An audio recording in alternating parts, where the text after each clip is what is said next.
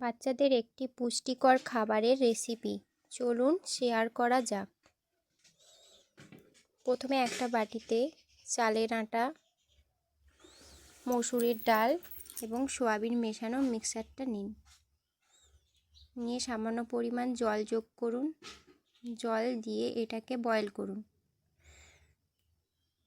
কিছুটা সময় বয়েল হতে দিন, তবে চামচ দিয়ে বারে বারে নাড়াচাড়া দেবেন, নয়তো বাটিতে লেগে যাবে।